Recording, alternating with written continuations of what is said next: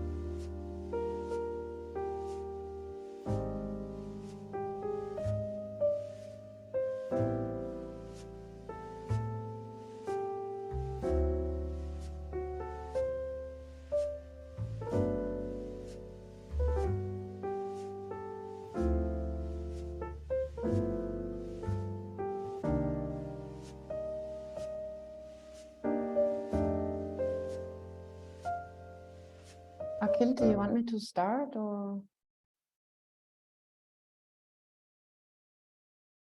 Sure, Sabine, let's start. Well, good afternoon, everyone, and welcome to this fireside chat on gender and tech, the necessary frontier. It's a great pleasure actually for me to open this session today.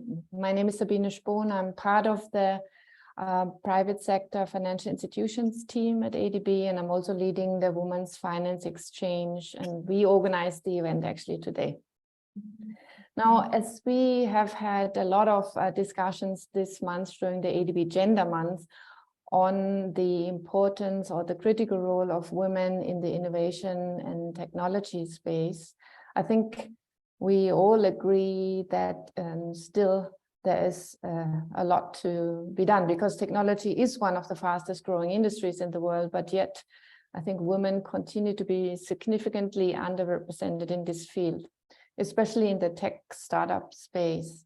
And equally, if female founders compared to their male peers have significantly more challenges to attract financing. Just to give you a number, only about 10% of investor funding globally goes to startups founded by women. Or in, I think, 2022, in the US, 1.9% of female-founded companies received funding from venture capital firms. And overall, in the technology space, about, I think, less than 30% of positions, leadership positions, be it on managerial or in the boardroom even, are held by women. So this needs to change, and I'm sure our speakers today can agree with me on that. Our speakers actually are exceptional women in the tech space who have overcome the obstacles to become leaders in their respective fields. So I look very much forward today to hear their stories. And the event is organized also as an interactive discussion with an opportunity for you to ask questions. So please just use the chat function for that. The session will be moderated by my colleague, Akhil Hemrajani, who is the WFX manager. So without further ado, very excited to hear from our two speakers. I'll hand it over to Akhil. Thank you. Thanks, Sabine, and welcome everyone. I'm your moderator for today, Akhil Hemrajani, and I'm the WFX manager. Today, we have two incredible panelists with us. Jacqueline Yee, who's the board member of Advanced Health Intelligence and Mustang Energy PLC, two technology companies which are publicly listed, and she's also the mentor at F10 Incubator and Accelerator. And joining her is Mo Harvey, the founder and chief executive officer of Tribe Fintech, a recently established fintech startup based in Singapore. So before I pass it on to the both of you for a brief round of introductions, I just wanted to remind people to please keep themselves on mute and to list their questions in the chat function. So over to you, Jacqueline, and then Mo. Okay, thank you, Akhil. Thank you very much for having me here today. Very excited to speak with everyone. So I started my career over 3 decades ago, initially in professional services with Ernst & Young in financial and IT audit, and then dually advisory of restructuring M&A across multiple sectors, and then tech consulting as well, building and assessing risk management systems for government and financial institutional sectors. Spent about 5 years there, and then for the next 3 decades, I split half of that in investment banking, in origination and execution of special sits M&A, and then capital market structured products, financial engineering, and the other half of that 3 decades in investment and asset management, and also as a general partner of a fund with institutional investors. I've worked all around the world, covered multiple sectors ranging from infrastructure, energy, renewables, tech, and biotech. Currently, I'm on the board of 2 publicly listed companies, as Akhil has mentioned. My journey in tech actually started in 1990, when I interned at a New Zealand bank and in a project team with all the other bank consortiums in the country, rolling out nationwide the implementation of digital payment systems with commercial vendors. So it's been a very interesting journey. Thanks, Jacqueline. Mo? Hi, everyone. My name is Mo Harvey. I'm the founder and CEO of Tribe Fintech.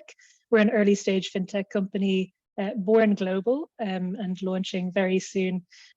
We have built an ecosystem in a box, so we work with banks, but we also work with SMEs. So this is a one-stop shop or a super app for small business owners. We partner with banks to launch this.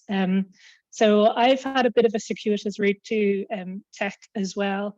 I'm a first-time founder, but I'm also a reformed lawyer. So I spent 10 years, the first 10 years of my life as a corporate lawyer, M&A, and doing all the IP on M&A deals as well.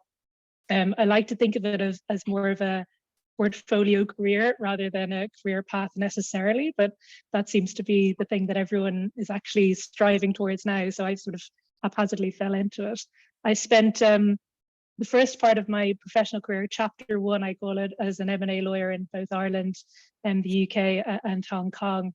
And I probably wasn't a very good one because I was miserable by the end of it. And I used to always get really jealous of the business owners that we were doing the deals for and with, and I found them like truly a source of inspiration. So there was probably an inevitability that I would do my own thing. It was just having the courage and the circumstances to make sure that I could go do it.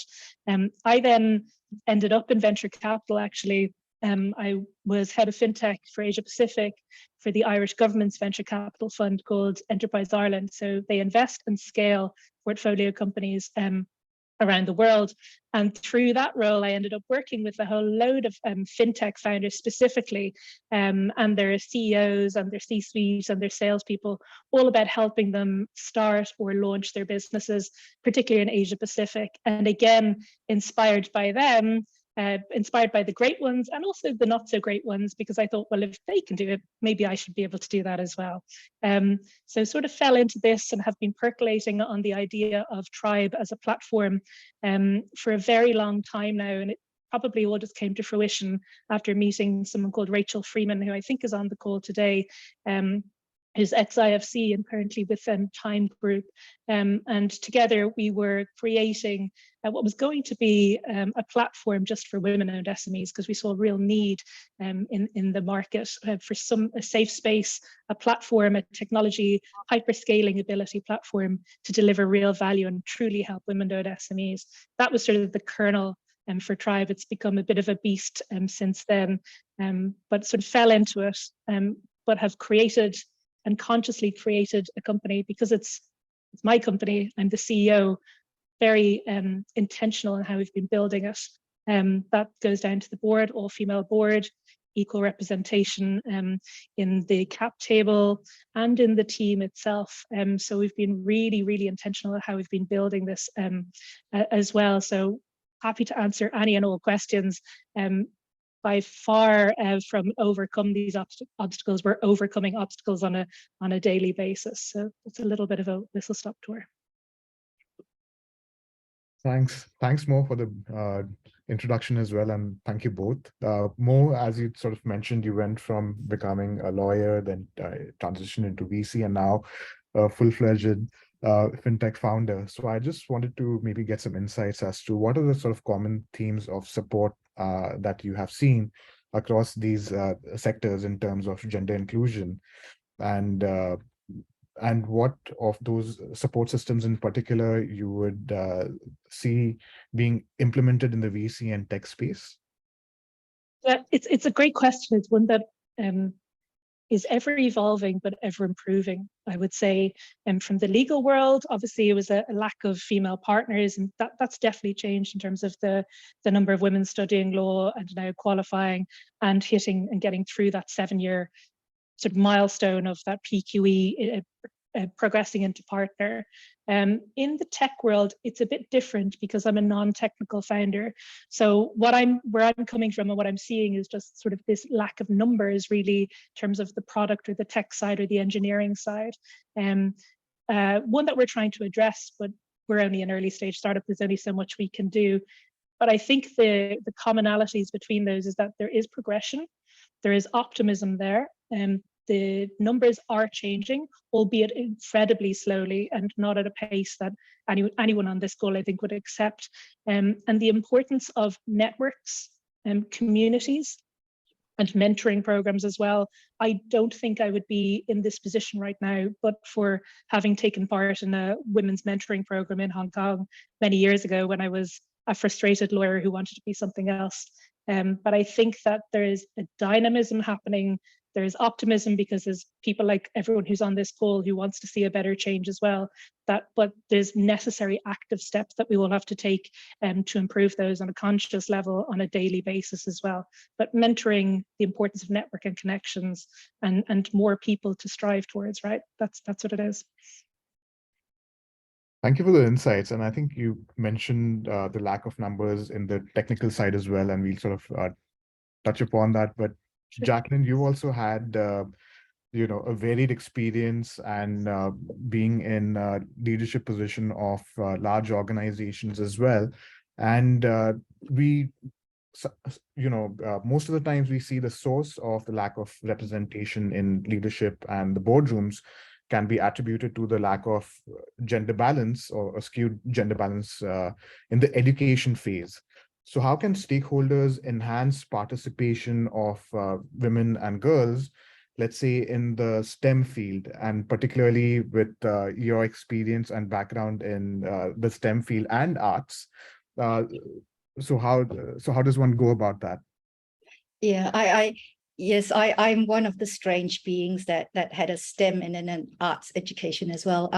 I think it starts with awareness of not falling into a trap of stereotyping, and I think it's quite pertinent to start that, to cultivate that interest and inclusion from a very, very young age, right from in the home, a safe environment, and that helps, right? So to sort of provide encouragement when one sees the younger generation display this early interest in science and math, as well as the arts. I'll just give you an example, Lego, girls and boys play Lego now, and that sort of, in my view, cultivates and they are the building blocks of structured thinking, right? The STEM education, engineering, math, science, it requires quite structured approach to thinking, methodically, rationally, logically, and you know, encourage both young'uns, girls and boys, to sort of play together, play the Lego, cultivate that structured thinking. And then similarly in art, right?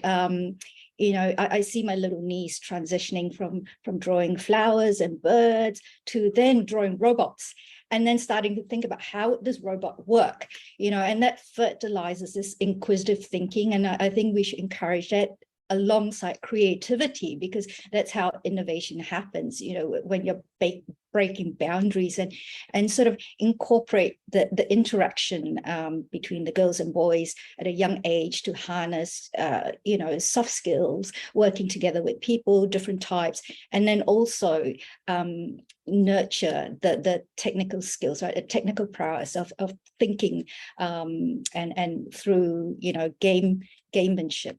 Exercise. I mean, the brain's a muscle, right? The more we use it, the more we practice, the easier things become. And so, you know, to nurture that growth mindset, the can-do attitude, focus, you know, focus on a purpose, a mission, you know, and the value add. It might be a bit heavy for little young things, but it's quite good to start nurturing that. And you know, education is continuous, right? It never stops. I keep learning as I grow.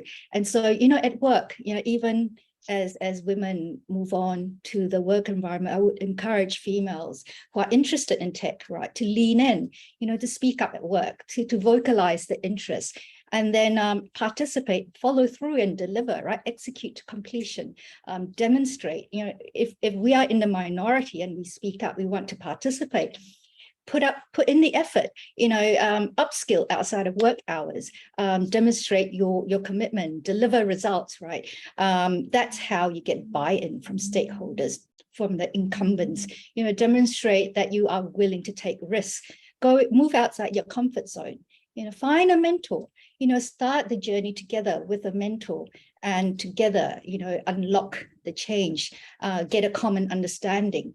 And innovation happens when we're able to push past boundaries. And I think it involves thinking and approaching problem solving differently. And the best way to do that is via diversity, diverse cultures, gender, cross-functional technical knowledge sharing, depth and breadth of know-how. So experience matters. Draw in the experience, collaborate. I think all those helps with, getting the brain to think creatively and problem solving with, you know, breakthrough innovation. No, that's interesting. That's an interesting point that you brought up, Jacqueline. And I think, which is sort of having that sort of structured thinking, but also having that sort of creativity to sort of think outside the box. And, you know, and Mo, you also touched upon the technical aspect of things as well. Now, women's participation in the tech space, you know, and this is across the 20 large tech companies, is predicted to be at 33% of overall workforce and 25% in the technical roles. And this is a Deloitte report. And the report indicated that one of the biggest impediments is women are less likely to get their first promotion as compared to other counterparts. So what are the challenges, or some of the challenges that, let's say, leaders face in terms of identifying, sourcing female talent in you know, the technology space, and in particular technical roles? And I think Mo, you had sort of touched upon maintaining that balance and that gender balance as well in you know, in your organization. So how would you sort of approach that? Yeah, so I think first thing is that's a pretty good statistic. It's not great, but it's definitely better than it was 5 and 10 years ago. So, you know, with a third of the technical workforce representation, that's actually pretty decent. And obviously room for improvement. We're seeing lots of different heads of engineering or heads of product from different banks or major tech companies now. Women are taking those positions, which is super cool, and also necessary when you're building products for the entire population, right? You're not just building it for 50% of it. For me, it's less about problems identifying and hiring credible women. That's a non-issue for us, because we've actively and intentionally sought out just top performers, like the best in their field, who just happen to be women as well. So that's part one. But part two is like being, as I said before, intentional in this, right down to our service providers. It's the question, and all partners, it's a question I ask everyone, and it can leave a really uncomfortable silence in a room when you've got, like, for example, a development house who's pitching to you for your tech build, and it all sounds great. And I say, great, how many women are on your team? I mean, the amount of uncomfortable silences that's created in the last couple of months has been quite extraordinary. But for us at Tribe, what we've done is a bit different, because obviously we're an early stage startup. We can't offer the big bucks of a bank or a big tech company. So it's about finding other levers and other things that we can offer to senior people. And that's in general. So for us, we can pay you market rate for a company like us, but actually we want to go above and beyond that, because we just want to hire the best people out there for this. So in terms of flexibility, right now we are super flexible, and we're super diverse too. We're 12 nationalities across 9 countries. And we have a team ranging from early 20s to sort of mid 50s at this point. Not that we ask anyone their age anymore, but that's kind of the spread of where it is, which is quite amazing when you think about it. And we're about to hire a 17-year-old who's like a white hat hacker too, just on an internship. So we're pretty diverse in how we build this, and that means that we're attracting people who care about that, right? Who care about working in a globally dynamic, innovative, and inclusive company. So that's part one. Part two is that sort of element of mentorship. So, it's a question that I have asked everyone on the team is, do you need a mentor? Do you have a mentor? What's your sort of dream mentor look like? And that, again, that's going from the youngest to the eldest on the team as well.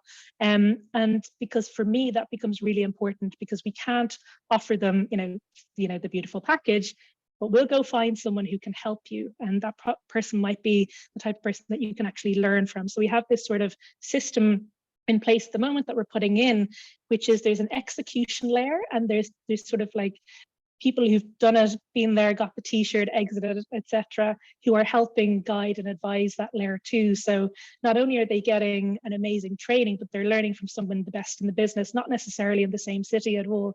And that's something that we're consciously putting in.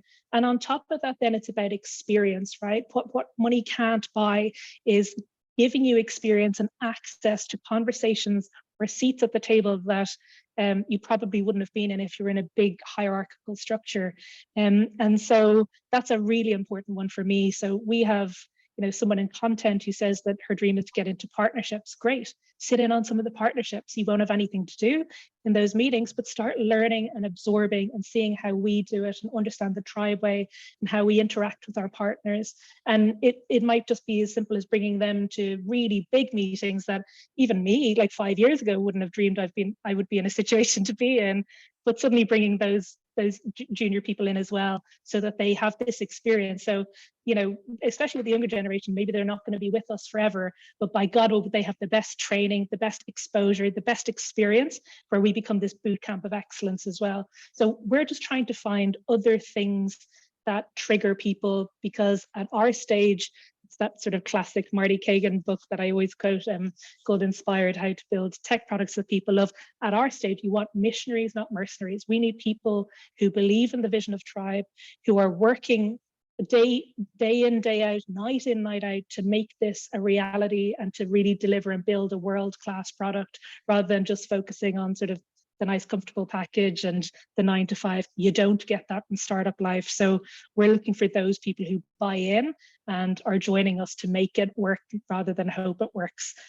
So it's about different levers, finding different triggers for different people, and for us having a pretty flat structure where everyone is accessible at all times as well.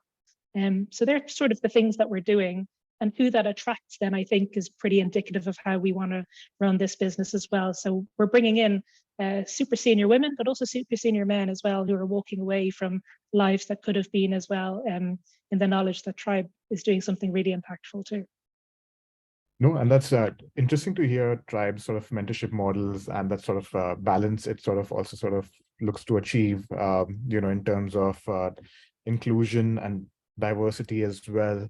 And Jacqueline, based on your sort of experiences working with these large organizations, and this is something that Mo also touched upon, uh, that sort of balance between women and men. So I wanted to ask you, Jacqueline, particularly in large organizations where it's easier to sometimes get lost in the crowd, how important is it, for example, to have male allies as part of the mentorship process? And how can larger organizations foster that active collaboration in that regard?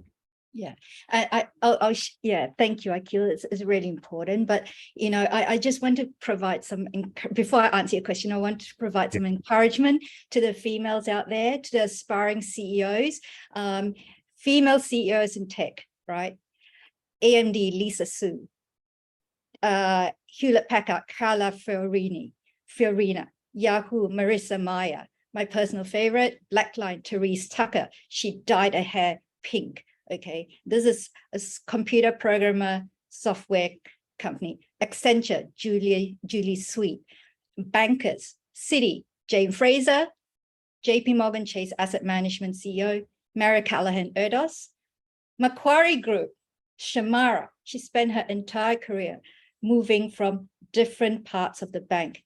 Now she's a super strong CEO with a solid foundation. So, just to provide some encouragement to all the females out there, whilst the statistic is dismal, but we have powerhouse females at the top, right, performing amazingly.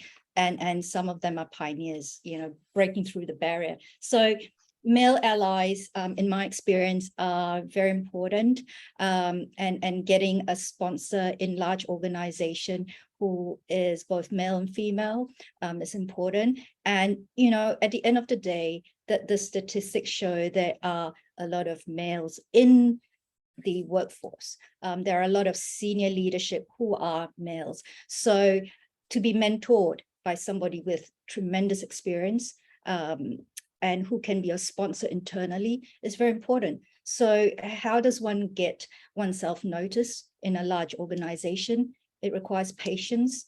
It requires hard work. It also requires, profile and your ability across functions. And the great thing about large organizations is one's surrounded by so much talent. There are lots of resource to choose mentors and sponsors from. One can gain so much from a true veteran, a different perspective. And that's how you sort of get into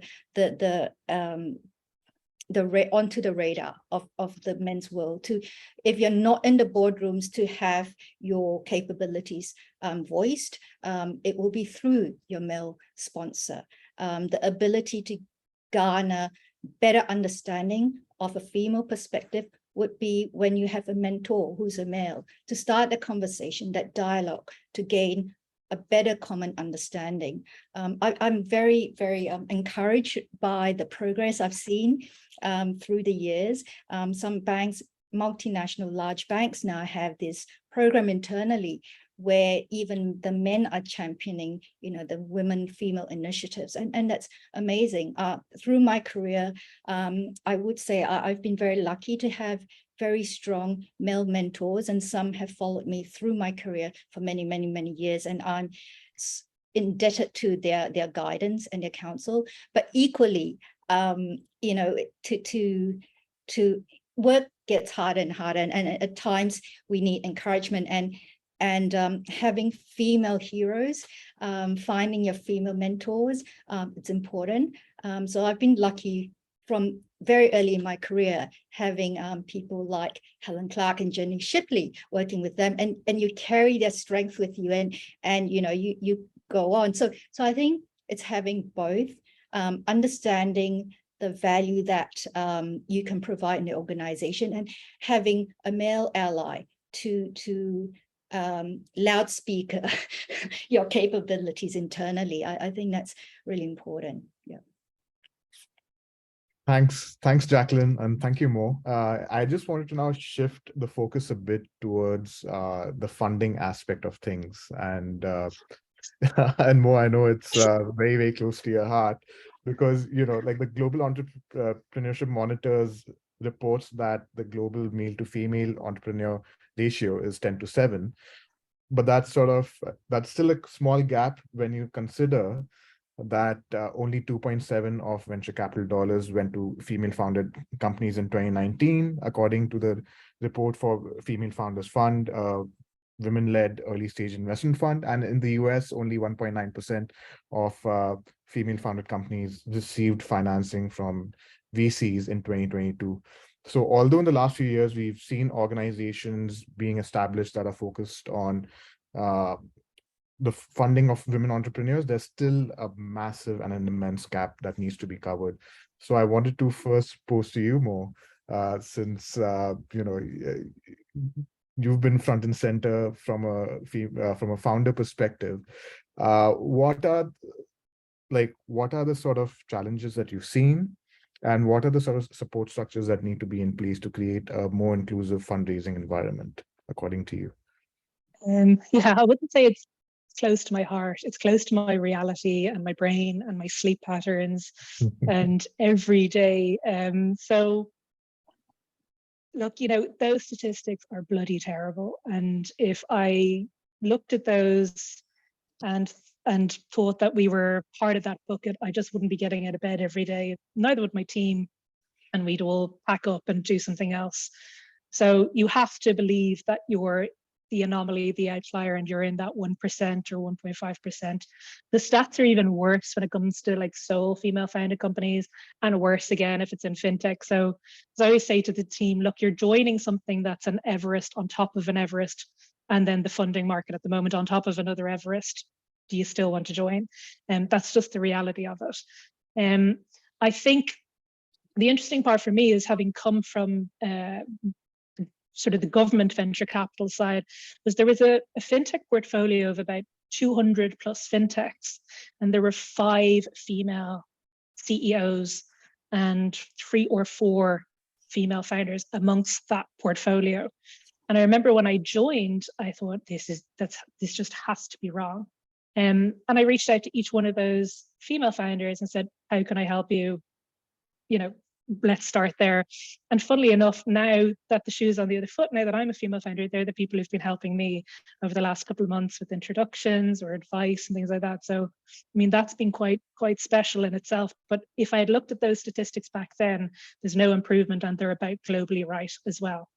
And yet some of them are doing great, like really great, and scaling much faster and generating revenue within much shorter space of time. However, I think governments need to do more. I think you start there. There is absolutely a cliff and a death valley that exists for female founded or female led startups that probably doesn't exist for men. And we already know that sort of 90% failure stat for startups anyway in the first 18 months. It's worse when you're a female founder. And therefore, more supports are needed at that point in time. It's not necessarily about waiting until they're revenue generating and it's seed or it's a pre-series A. Get more capital injection in at a pre-seed to seed stage, and there is obviously a gap there. And you see that in the angel world as well. The representation of female angels isn't great. And Rachel, who's on the call, will definitely testify to that. We originally started with, let's find an all-female team and let's find female investors to help grow this. And finding them was a challenge. Finding those material check sizes was a real challenge. And thankfully we got there, but it's definitely a blend and equal representation. But those sort of idealistic starting points, you have to get real eventually and say, well, look, we need to cut our losses here and understand that this is actually becoming an impediment to growing the rocket ship that we want to grow. So that's part one. I think governments need to do more and offer more funding. This is not about a $50,000 check. And that's what most governments are offering for their female founder programs or their VCs. This is about significantly more investment, recognizing that disparity in the percentages of success rates and survival rates as well. So you start with governments And then you go from there. I think, you know, as recently as last week, we were talking to a bank I asked them about their female funding, female entrepreneurship program, which they launched with a lot of PR and a lot of gusto. And then the representative from the bank said, oh yes, but that's once they're hitting, you know, 5-10 million revenue, and again, it's too late. Of course you want to bank them and you want to offer them services, but what helped them get to that point in time again? So it's this sort of, the first 2 years for female founded companies is absolutely critical, and they actually statistically perform better anyway. And I think then the second part to that is obviously female representation in the funding world. It just has to, we're seeing a change in it. And I'm not just talking about female specific funds where, you know, a check size is ring fenced. This is about more partners, more LPs, more angels across the board on that, because that will automatically sort of hopefully dispel any unconscious bias or those questions, you know, that are probably more negatively or protectively focused rather than ambition focused. You know, for every 100 conversations, I'm probably going to get one yes at the moment, and that is just nuts considering the company we're building. Yes, I think, you know, and sort of disheartening to see the sort of penetration rate of the sort of conversations that are actually successful. As you mentioned, 1 out of 100 is a very, like, a small you know, rate of return of energy spent, and a lot of sort of time, effort, and energy spent in sort of having these conversations. And I think, Jacqueline, I also wanted to sort of get your insights as well. You know, you are a mentor at the F10 incubator, and you've also come from the investment space. So wanted to get your insights into the sort of funding environment as well, and what others, like what stakeholders can sort of create those supporting mechanisms to bridge that very, very vast gap. Okay, so I'll share with you Canva. Melanie Perkins got rejected 1,000 times before, you know, she got funded, and she had 1,000 no's. So I think one of the things to put out there is don't give up, right? Just keep going. The other thing is, you know, I just want to reframe it a little bit. Investors, VCs, they're very specific with VCs in particular, very specific with what they want to fund. They are accountable to their LPs. So the investment thesis is often very narrow. So I would say research, only target the ones, you know, that will fit within what you're proposing, and also the ones with dry powder. You know, oftentimes the VCs, they're inundated, right, with all these proposals, so they don't have a lot of bandwidth, and they are very transactional. So if you're time poor, then, you know, utilize your time. Then also I would say to female founders, maybe reframe your narrative a little bit. Also, men tend to pitch differently from females, and you know, get a board of advisors with network and expertise and tap them, right? Use your ecosystem, your community to help you, you know, get the traction in from investors. A track record is very, very important with investors. And, you know, unconscious bias, you know, there is the unconscious bias, and how do you break that, right? Quite often, if you have a co-founder, when I was a general partner of a fund, there were 3 of us, and it was 2 males and 1 female, and you break down that stereotype, right? This unconscious bias, you know, females may not be able to commit, you don't have that much time, blah, blah, blah. But, and so, you know, that's another approach to take, but just bearing in mind track record, right? So even if you're female, if you have this Uber track record, pardon the pun, not Uber, but this superb track record that helps you get the face time. And then from there on, it's a matter of articulating. And this is, again, I think, to the females out there, be a little bit more unabashed with articulating the value and your capabilities. And that's also the difference between the way men and women, the way they pitch. At the end of the day, supporting facts. It's hard when you're coming in to break through the stereotypes. You have to be better. You just have to be better, and continue being better, and don't give up. Thanks, Jacqueline. I'm just a bit cognizant of time because we only have 5 minutes left. We have one question in the chat from Stephanie Cronson.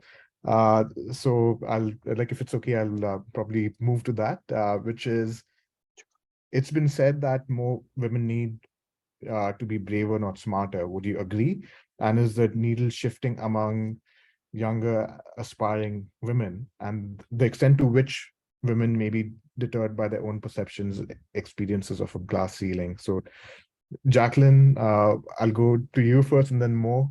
We have 5 minutes, so I'm really sorry for that. Yes, I agree. I think women need to be braver, have courage in your conviction, be prepared. I've said that so many times, be prepared to be ridiculed, stand up to it, stay the course, have self-confidence in what you're doing. And if you're a pioneer, you always face ridicule because it's an education process to getting people to understand. And then the buy-in, first is the awareness, the understanding, and then the buy-in. So, be brave. Yes. I definitely wish I had been braver sooner. Without a doubt, I wish I had ditched law when I knew I didn't like it, and not being so risk averse when I was in my 20s. I would say this to everyone and anyone, don't get stuck in that career path just because it's optically the right thing to do, or the family pressures or anything like that. So yes, be braver, but you have to be smart as well. I mean, the amount of times I've sat in on webinars or panel sessions where people say, be brave, quit your job, follow your passion, dreams.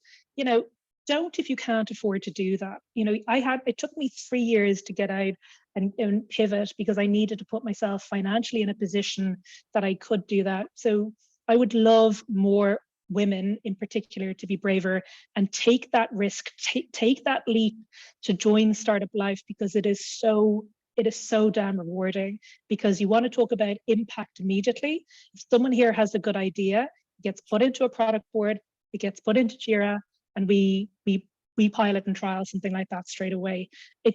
We get it into the hands of people much quicker. So if you're impact driven and you want to see more sort of immediate things that are more important to you, maybe take those risks a little earlier on in your life when the financial risks you're not walking away from too much at that point in time.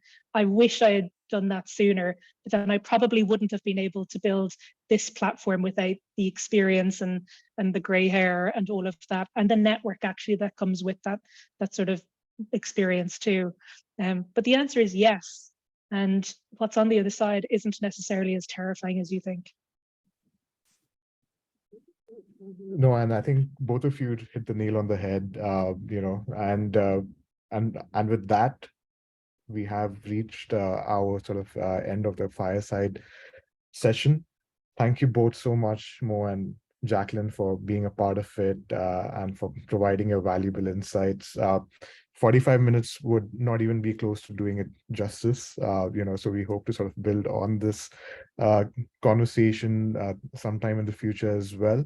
I also want to thank the audience for attending this session, and I hope you also get some valuable takeaways from this session as well. So thank you, Mo, thank you, Jacqueline, and thank you everyone for attending. Thank you. Thanks, everyone. All right, bye-bye. Bye.